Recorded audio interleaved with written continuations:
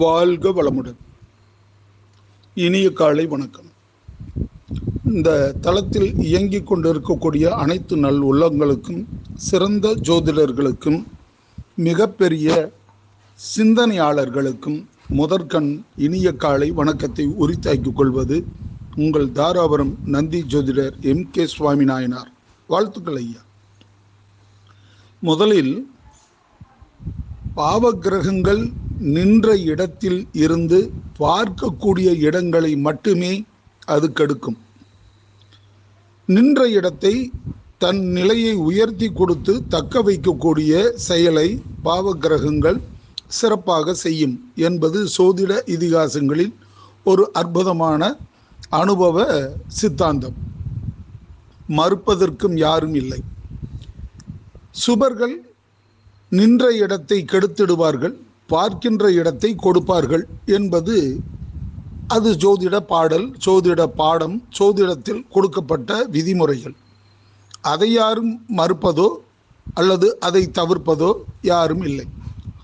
அப்படி இருக்க ஏழரை சனியாக ஒரு கிரகம் சனி பகவான் வந்தால், ஏழரை சனி 7.5 ஆண்டுகள் ஒரு ஜாதகத்திற்கு ராசிக்கு 12ஆம் இடம், ராசியுடன் சேர்கின்ற போது 2ஆம் இடம், ராசிக்கு 2இல் வருகின்ற போது பாதச்சனி என கூறப்படுகிறது.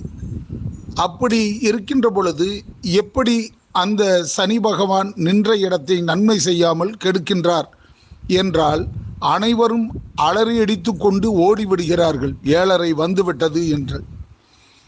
வழக்கத்தில் கூட யாராவது ஒரு பிரச்சனையை தூண்டி சண்டை செய்கின்றார் என்றால், 7.5 வகுத்து விட்டான், 7.5 தொடங்கி விட்டான், 7.5 ஆகிவிட்டது என கூறி பழமொழியவே பதிராக்குகின்றார்கள்.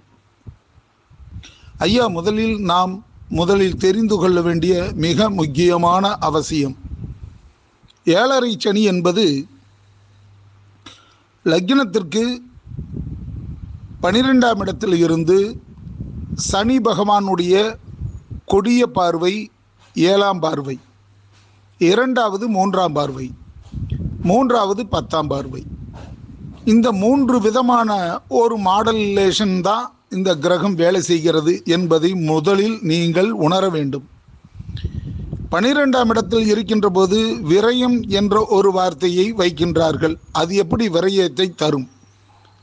ஆனால் இந்த 12ஆம் இடத்திலிருந்து 6ஆம் இடத்தை நேராக பார்க்கின்ற பொழுது அவர்கள் எதையெல்லாம் விரும்புகின்றார்களோ அதுகளையெல்லாம் துன்பத்தை தந்து, துயரத்தை தந்து, இடையூறுகளை தந்து, விபத்து, ஆபத்து, கலகம், பொருளாதார சிக்கல், விரும்பிய இடங்களில் உறுதி வாழ்க்கை கொடுத்து தன் பொருள் அகப்படுதல், புதிதாக கடன்படுதல், அந்த கடன்படுவதனால் தன் உடைமைகள் அழிதல், இவையெல்லாம் அந்த 12ஆம் இடத்தில் இருந்து 6ஆம் இடத்தை 7ஆம் பார்வையாக பார்ப்பதால் வருகின்ற கேடு.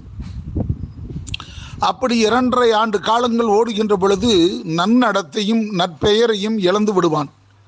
அவன் மீது அசைக்க முடியாத ஒரு பிளாக் புள்ளி, கருப்பு புள்ளி விழுந்துவிடும்.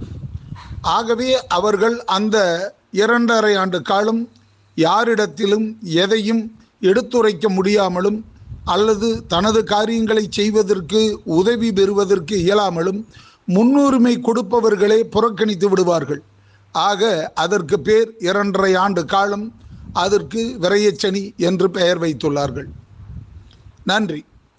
ஜென்மத்தில் வருகின்ற பொழுது ராசிக்கு 7ஆம் இடமானது கூட்டு, நட்பு, உறவு, இல்லறம், மனைவி, இந்த வகையை அது சார்கின்ற பொழுது முதலில் அந்த 7ஆம் இடத்துக்கு, ராசிக்கு 7ஆம் இடத்தில் என்னென்ன நன்மைகளோ அத்தனையும் புறக்கணிக்கப்பட்டு இவனை தனிமைப்படுத்தி சிதை உண்டது போல் அவமானப்படுகின்ற நிலைக்கு ஆட்கொள்ளும். ஆக ஜென்மச்சனி வருமாம் பகை என்ற பொருளாகும்.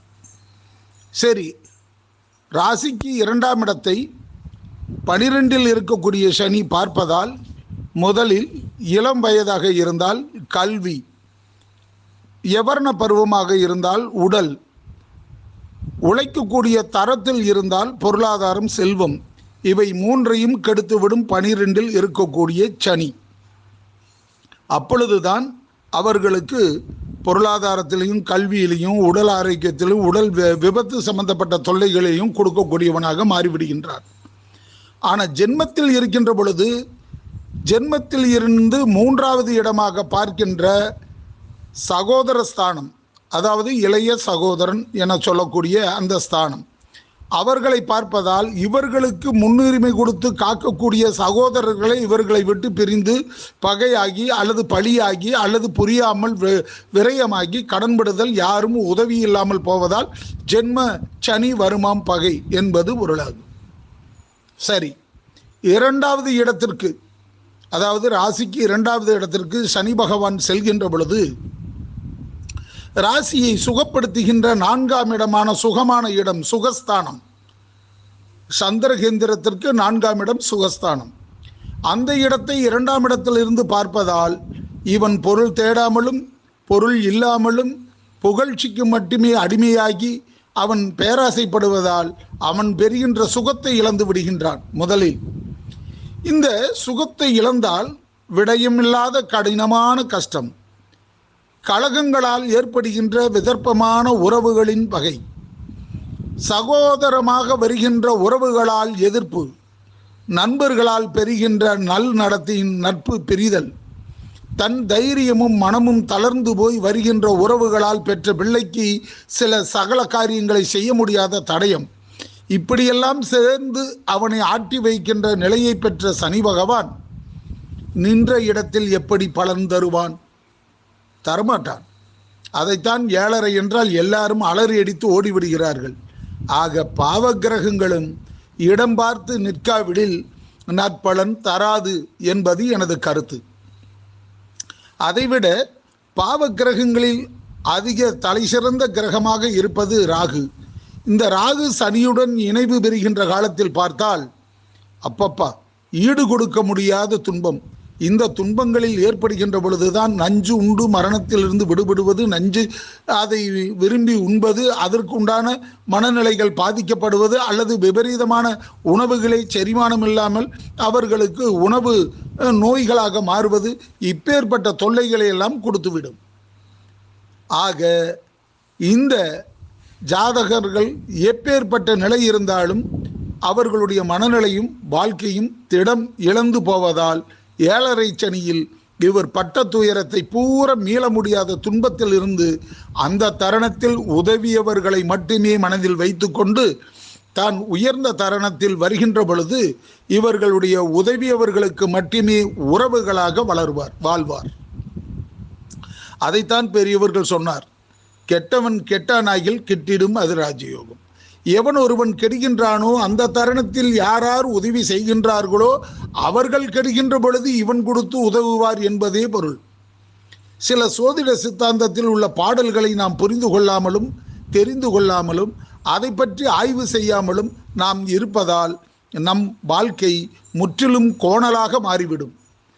அந்த துன்பத்திலும் நேர்த்தியான நேர்வழியில் சென்றால் நிச்சயமாக வாழ்க்கை ஒளிரும் சிறப்பும் பெடும். அந்த பெற்ற வாழ்க்கை மகிழ்ச்சிகரமாக யாராலும் அளிக்க முடியாத நிலைக்கு அந்த சனி பகவான் நிச்சயம் வெற்றியும் விடைகளையும் தருவார். அந்த 4ஆம் இடம் ராசிக்கு 4ஆம் இடத்திற்கு செல்கின்ற பொழுது அர்த்தஷ்டம சனியாக பார்க்கப்படும் என்பார்கள். அந்த 4வது வீடு செல்கின்ற வரையுமே இவர்களுடைய வாழ்க்கை சிறப்பு தராது. ஆக மொத்தம் 10 ஆண்டுகள் பதிராகிவிடும் என்பதே முத்தான தமிழ் சொல்லின் அற்புத விளக்கங்களாகும். நன்றி ஐயா, வாழ்த்துக்கள், வாழ்க வளமுடன்.